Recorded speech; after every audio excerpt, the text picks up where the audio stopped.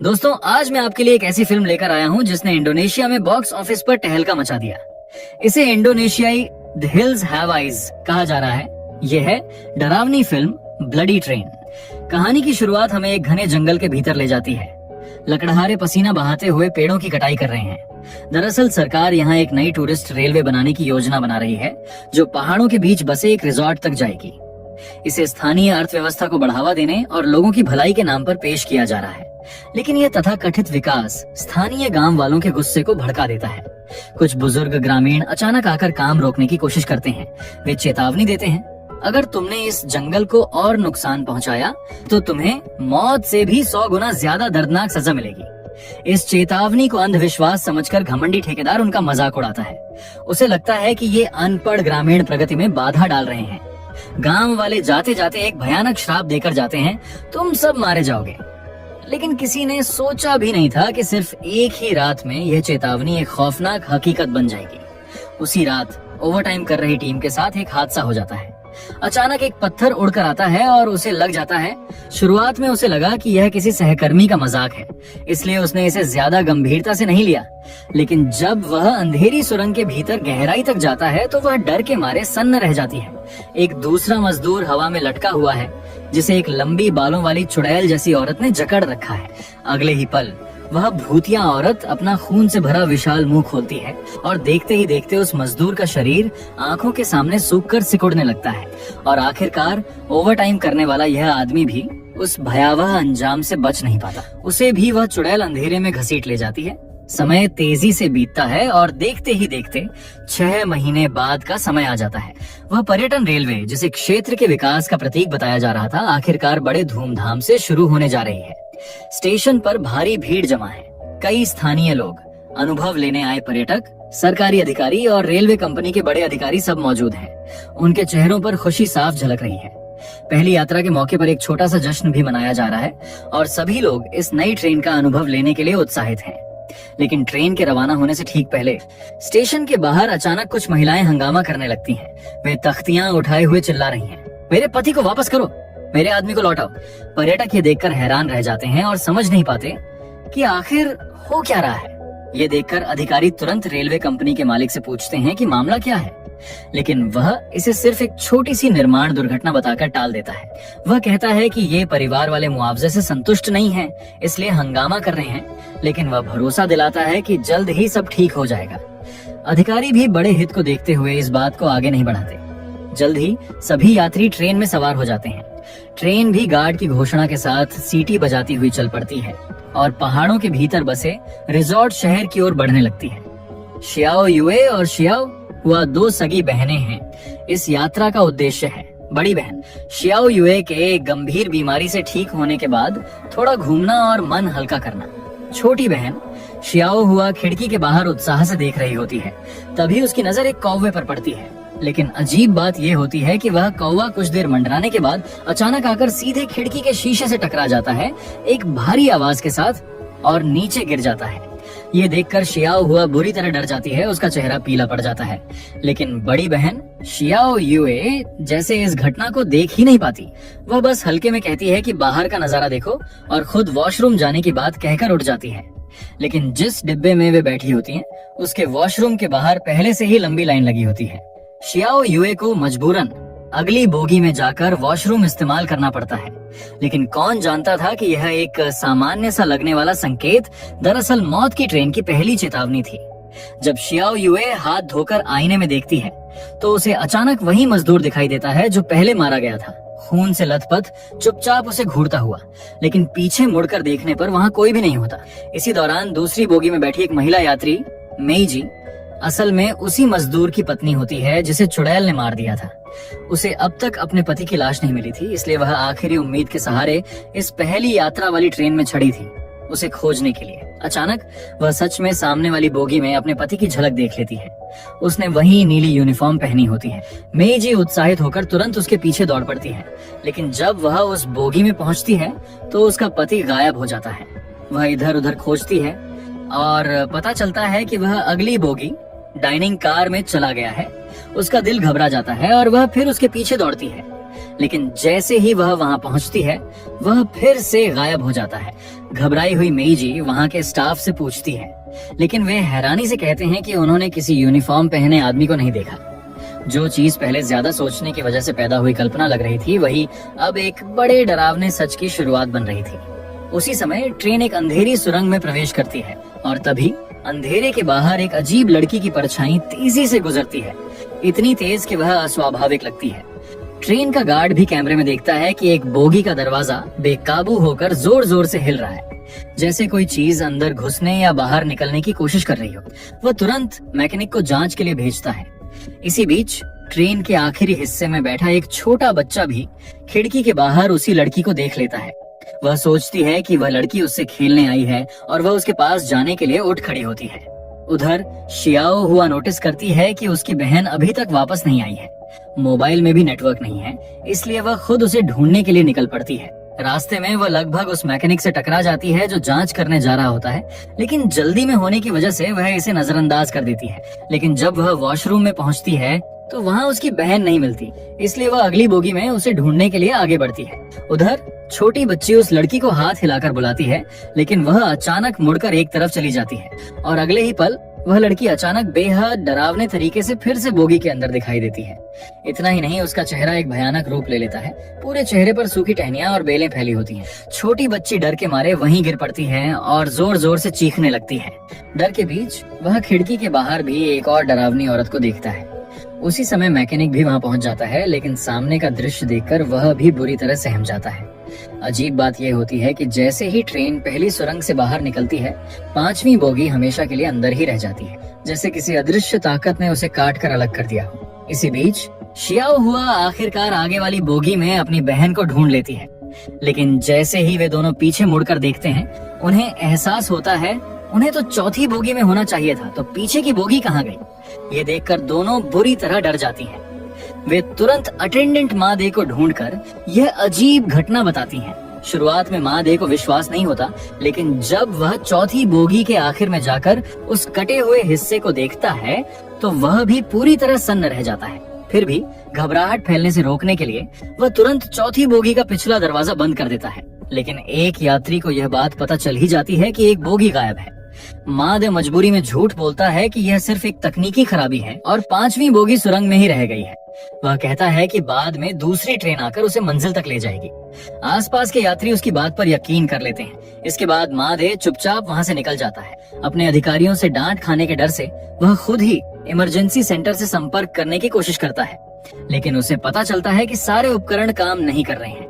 जब वह wiring check करता है तो देखता है कि इलेक्ट्रिक पैनल पर अजीब सा चिपचिपा पदार्थ लगा हुआ है, जिसका स्पर्श झेली जैसा है। उससे एक अजीब सी बदबू भी आ रही होती है। वह अभी इस बात को लेकर हैरान ही होता है कि अचानक उसे खिड़की पर एक अजीब सा साया दिखाई देता है, लेकिन अगले ही पल वह गायब हो जाता है। फिर भी उसे महसूस होता है कि हालात लगातार ज्यादा डरावने होते जा रहे हैं। वह सोच ही रहा होता है कि इस बारे में अपने सीनियर्स को बताए या नहीं, तभी ट्रेन का गार्ड अचानक उसके पीछे आ जाता है। दरअसल ड्राइवर का रेडियो भी काम करना बंद कर चुका होता है और जो मैकेनिक भेजा गया था वह भी अब तक वापस नहीं आया था। इसी वजह से गार्ड खुद जांच करने निकल पड़ा था। मादे लाचार होकर आखिरकार 5वीं बोगी के गायब होने के बाद गार्ड को बता देता है। गार्ड भी यह सुनकर चौंक जाता है, लेकिन इस समय उसके पास करने के लिए बस यही होता है कि मादे को यात्रियों को शांत रखने के लिए कहे और जितनी जल्दी हो सके ट्रेन को अंतिम स्टेशन तक पहुंचाने का निर्देश दे। मादे तुरंत उसकी बात मानता है। वह फिर से वही बहाना बनाकर शियाओ युए और बाकी लोगों को समझा देता है और यह भी भरोसा दिलाता है कि उनका सामान भी उनके साथ ही अंतिम स्टेशन पर पहुंच जाएगा। इससे शियाओ युए और बाकी लोग ज्यादा सवाल नहीं करते, लेकिन तभी ट्रेन एक और सुरंग में प्रवेश करती है और जैसा अंदाजा था, एक और भयानक घटना होने वाली थी। मौत का यह खेल अब और भी निर्दयी हो चुका था। इस बार नतीजा और भी भयानक होता है। चौथी बोगी में 4 यात्री जो अभी तक हंसते गाते मस्ती कर रहे थे, अचानक एक एक करके दम घुटने से तड़पने लगते हैं। आसपास के लोग कुछ समझ ही नहीं पाते कि क्या हो रहा है। तभी उनमें से एक लंबे बालों वाला आदमी अचानक पागलों की तरह बड़बड़ाने लगता है, सबको मरना होगा, नाश हो जाओ। ऐसा लगता है जैसे उस पर किसी बुरी आत्मा का साया हो।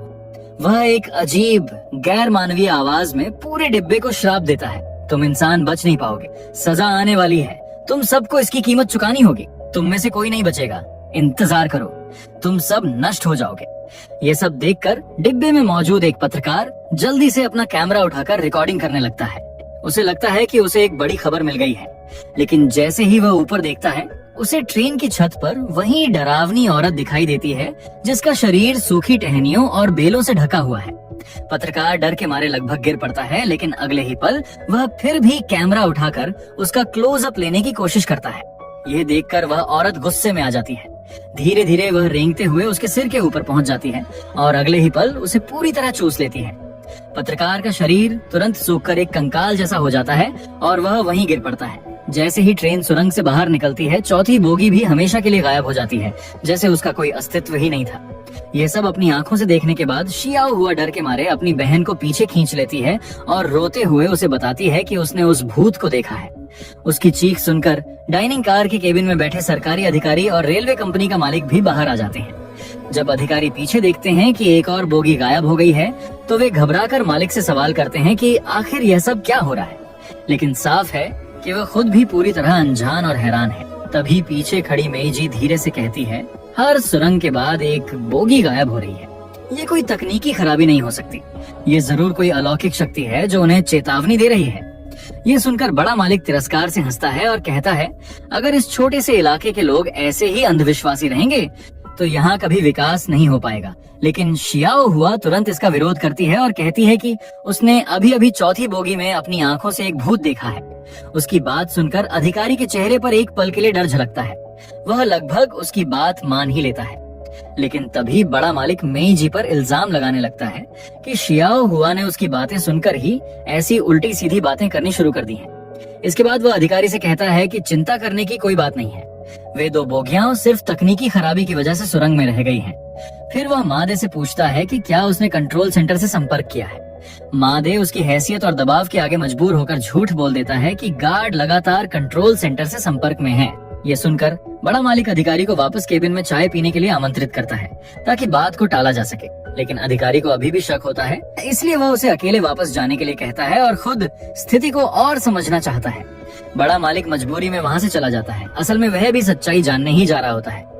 जब वह गार्ड के पास पहुँचता है तो वह सच में मॉनिटर पर उस भयानक औरत को देख लेता है, लेकिन नई शुरू हुई इस टूरिस्ट रेलवे को बंद होने से बचाने के लिए वह तुरंत गार्ड को फुटेज डिलीट करने का आदेश देता है।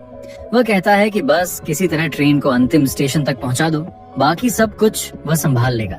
गार्ड भी उसकी बातों में आ जाता है और ट्रेन की स्पीड बढ़ा देता है। उधर अधिकारी मादे से सच्चाई जान चुका होता है। घबराहट फैलने से बचाने के लिए वह मादे से कहता है कि वह शियाओ युए और बाकी लोगों को शांत रखे। इसलिए मादे मजबूरी में शियाओ युए और उसके साथियों को अपग्रेड देकर वीआईपी कोच में भेज देता है। लेकिन इससे कुछ अमीर युवकों को गुस्सा आ जाता है। वे घमंड से भरे हुए मादे से कहते हैं कि वह तुरंत शियाओ युए और बाकी लोगों को वहाँ से हटाए, और खुद वे डाइनिंग कार में जाकर खाना खाने लगते हैं। हैरानी की बात यह है कि मौत सामने खड़ी होने के बावजूद भी कुछ लोग अपनी हैसियत और पैसे के घमंड में डूबे रहते हैं। उन्हें यह नहीं पता होता कि यही घमंड उनके विनाश का कारण बनने वाला है। और तभी कुछ ही देर बाद ट्रेन एक और सुरंग में प्रवेश करती है और इस बार सरकारी अधिकारी समेत 7 लोग वहीं मारे जाते हैं और उस भूतिया औरत की ताकत का हिस्सा बन जाते हैं। शियाओ युए और मादे ये सब अपनी आंखों से देखते हैं। अंधेरे में गूंजती चीखें और दरवाजे पर पड़ती जोर जोर की दस्तकें बेहद डरावनी और निराशाजनक लगती हैं। जैसे ही ट्रेन सुरंग से बाहर निकलती है, वीआईपी कोच के यात्रियों को पता चलता है कि डाइनिंग कार अचानक गायब हो गई है। माद समझ जाता है कि अब सच्चाई छिपाना संभव नहीं है। उसे यह भी डर होता है कि कहीं वह खुद भी इस ट्रेन में मारा न जाए, इसलिए वह गार्ड को सलाह देता है कि तुरंत ट्रेन रोक दी जाए। गार्ड भी यह सुनकर थोड़ा डगमगाने लगता है, लेकिन इससे पहले कि वह कुछ कह पाता, बड़ा मालिक फिर से चाल चल देता है। वह उल्टा इल्जाम लगाता है कि शियाओ युए, मादे और उनके साथी मिलकर डकैती करने की कोशिश कर रहे हैं और जो बोगियां गायब हुई हैं, वे सब उन्हीं की करतूत हैं। हैरानी की बात यह है कि यह बेबुनियाद आरोप भी कुछ अमीर युवकों को सच लगने लगता है। उनमें से एक खुद को बचाने के लिए शराब की बोतल तोड़कर उन्हें धमकाने लगता है। असल में वह पहले व्यापार में दिवालिया हो चुका होता है और अब चोरी के पैसों के साथ भाग रहा होता है। शियाओ युए पूरी कोशिश करता है कि वह उसे समझाए, अगर वे अगली बोगी में नहीं गए तो सब मर जाएंगे। लेकिन जैसे ही वह आगे बढ़ने की कोशिश करता है, वह आदमी अचानक बोतल से उसका हाथ काट देता है। घबराकर शियाओ युए और बाकी लोग पहली बोगी की तरफ पीछे हट जाते हैं। अंदर मौजूद लोग यह सब देखकर सन्न रह जाते हैं। वे सभी इस रेलवे प्रोजेक्ट के निवेशक होते हैं। बड़ा मालिक उनके पैसे खोने के डर से अब भी झूठ बोलता रहता है कि ट्रेन में सिर्फ एक साधारण डकैती हो रही है। उसे जरा भी अंदाजा नहीं होता कि ट्रेन कुछ ही पलों में अगली सुरंग में प्रवेश करने वाली है। मादे ये देखकर अब किसी को समझाने की कोशिश भी नहीं करता और सीधे उस आदमी को काबू करने के लिए उस पर झपट पड़ता है। धक्का मुक्की में उस आदमी के हाथ से बोतल गिर जाती है। शियाओ युए तुरंत उसे उठा लेता है, लेकिन तभी वह आदमी मादे को धक्का देकर फिर से उसकी तरफ झपटता है और इसी अफरा तफरी में शियाओ युए के हाथ से बोतल सीधे उसके सीने में घुस जाती है। वह आदमी मौके पर ही मर जाता है। ये देखकर गार्ड डर के मारे पहली बोगी में भाग जाता है और बड़े मालिक के कहने पर दरवाजा बंद कर देता है। शुरू में शियाओ युए इस घटना से डर जाता है, लेकिन अगले ही पल वह खुद को संभाल लेता है। वह फिर से बोतल उठाकर बाकी लोगों को चेतावनी देता है और आखिरकार अपनी बहन और बाकी लोगों को साथ लेकर वे सब मिलकर बोगी के रास्ते तक पहुंच जाते हैं। मादे कांच तोड़ देता है और फिर एक एक करके सभी लोग पहली बोगी में घुसने लगते हैं। लेकिन जब सबसे आखिर में मादे आने ही वाला होता है, तभी कुछ अमीर युवक फिर से उस पर टूट पड़ते हैं। उन्हें अचानक अपनी हैसियत याद आ जाती है और वे यह बर्दाश्त नहीं कर पाते कि कोई नीचे दर्जे का आदमी उन पर हावी हो। वे मादे को बेरहमी से पीटने लगते हैं। इसी दौरान ट्रेन फिर से सुरंग में प्रवेश कर जाती है। मार खाकर बेहाल मादे जैसे ही ऊपर देखता है, वह पाता है कि वह भयानक औरत फिर से बोगी के अंदर आ चुकी है और अब वह बिना भेदभाव के शिकार करने लगी है। उसका निशाना हर वह इंसान है जिसमें जीवन बचा हुआ है। आखिरी पल में मादे किसी तरह पहली बोगी में कूदकर अपनी जान बचा लेता है, लेकिन वे अमीर युवक दूसरी बोगी के साथ ही सुरंग में रह जाते हैं और हमेशा के लिए गायब हो जाते हैं, जैसे वे जंगल का हिस्सा बन गए हों। अब तक सभी लोग अपनी आंखों से उस खौफनाक सच्चाई को देख चुके होते हैं। आखिरकार बड़ा मालिक भी ट्रेन रोकने के लिए राजी हो जाता है, क्योंकि आगे एक और सुरंग बाकी है कि जिसके पार ही मंजिल है और उसे डर होता है कि अगली बार शायद वे खुद ही गायब हो जाएं। वह तुरंत ड्राइवर के केबिन की तरफ दौड़ पड़ता है और उसे ट्रेन रोकने के लिए कहता है, लेकिन असल में उसे सिर्फ अपनी जान की चिंता होती है। उसे दूसरों की जिंदगी से कोई फर्क नहीं पड़ता। उसके लिए वे लोग उसकी रेलवे परियोजना से भी कम अहमियत रखते हैं। और जैसे ही उसे एहसास होता है कि ड्राइवर का केबिन भी एक बोगी की तरह गिना जा सकता है, वह तुरंत अपना फैसला बदल देता है और ड्राइवर को और तेज ट्रेन चलाने के लिए कहता है ताकि वे आखिरी सुरंग पार कर सकें।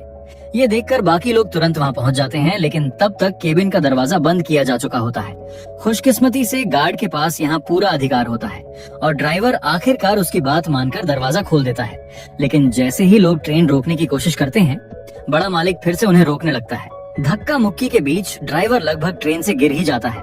वह तो बच जाता है, लेकिन अगले ही पल बड़ा मालिक मादे को जोर से लात मारकर चलती ट्रेन से नीचे गिरा देता है। तेज रफ्तार से दौड़ती ट्रेन से गिरकर मादे की मौत हो जाती है। उसकी मौत देखकर सभी लोग सन्न रह जाते हैं और लड़ाई रुक जाती है। तभी ड्राइवर तुरंत ब्रेक लगा देता है। काफी झटकों के बाद ट्रेन आखिरकार अगली सुरंग से ठीक पहले रुक जाती है। एकदम आखिरी पल में बचते हुए सब लोग फैसला करते हैं कि वे पैदल ही अंतिम स्टेशन तक जाएंगे और उस निर्दयी बड़े मालिक को ट्रेन में ही बांधकर छोड़ देते हैं, क्योंकि शुरुआत से ही उसी ने खर्च बचाने के लिए पहाड़ काटकर रेलवे बनाने की जिद की थी। गांव वालों ने उसे चेतावनी दी थी कि इस जंगल में कुछ खतरनाक है, लेकिन उसने उनकी बात नहीं मानी। अब उसे यहीं छोड़ देना आए ताकि वह उस भूतिया औरत की सजा भुगते। यही सबसे सही न्याय लगता है। लेकिन जैसे ही सब लोग ट्रेन से उतरकर आगे बढ़ने लगते हैं, वे देखते हैं कि वह भयानक औरत सुरंग के अंदर से धीरे धीरे बाहर आ रही है। उसका पूरा शरीर बेलों और टहनियों से लिपटा हुआ है और उससे मौत की गंध फैल रही है। तभी सबको एहसास होता है वह सिर्फ सुरंग के अंदर इसलिए हमला नहीं करती थी कि वह वहीं रह सकती थी, बल्कि इसलिए क्योंकि उसे अंधेरा चाहिए था।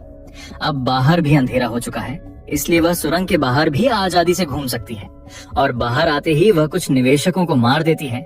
ये देखकर बाकी लोग घबराकर इधर उधर भागने लगते हैं, लेकिन वो औरत छोटे मोटे लोगों के पीछे भागने की जल्दी में नहीं होती।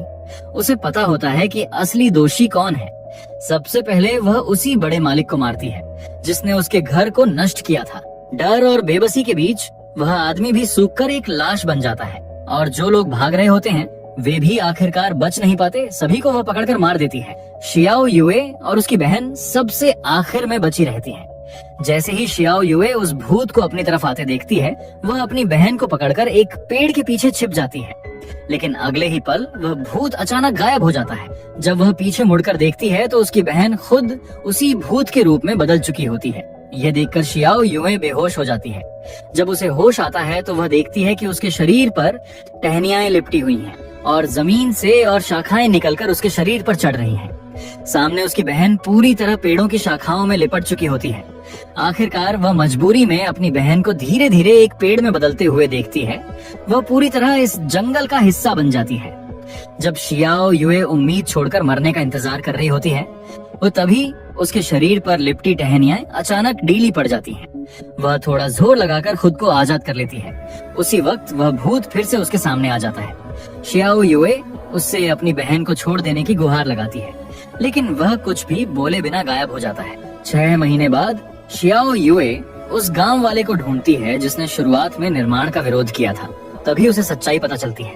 वह भूत दरअसल उसी जंगल से जन्मी एक प्राचीन आत्मा है और पिछले 100 सालों में कोई भी साधु या तांत्रिक उसे काबू नहीं कर पाया। इसी वजह से आसपास के गांव वाले हमेशा उस जगह से दूरी बनाकर रखते आए हैं, क्योंकि वह भूतिया औरत उस जंगल को अपना घर मानती है और वहाँ की एक एक घास तक को किसी भी जीव द्वारा नुकसान पहुँचाने की इजाजत नहीं देती। इसलिए ट्रेन में जो कुछ भी हुआ वह सब उसी पल तय हो गया था जब बड़े मालिक ने पहाड़ काटने का फैसला लिया था, और जो लोग मारे गए वे अंत में उसी जंगल को पोषित करने का साधन बन गए। लेकिन कहानी का अंत सबकी उम्मीदों से कहीं ज्यादा चौंकाने वाला होता है। एक ऐसा सच्चाई सामने आती है जो जीवन और मृत्यु के क्रूर नियम को उजागर करती है। जहाँ तक सवाल है कि शियाओ युए आखिर क्यों नहीं मरी, तो इसका कारण यह है कि उसकी बीमारी कभी ठीक हुई ही नहीं थी। दरअसल वह उस समय काफी देर तक वॉशरूम में इसलिए रुकी थी क्योंकि उसकी हालत ठीक नहीं थी।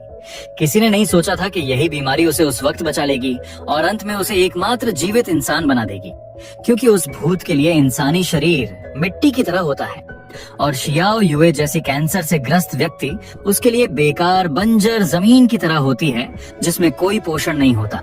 एक ऐसा शरीर जो पहले से ही बीमारी से ग्रसित है उसके लिए किसी काम का नहीं होता।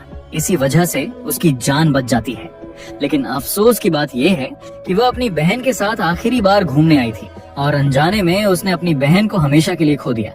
वह उसी जंगल का हिस्सा बन गई जिसे इंसानों ने नुकसान पहुंचाया था और अब हमेशा के लिए उसी धरती के साथ जी रही है। तो दोस्तों, इसी के साथ ये कहानी यहीं समाप्त होती है। तो तुम मेरी वीडियो अमर कर दो।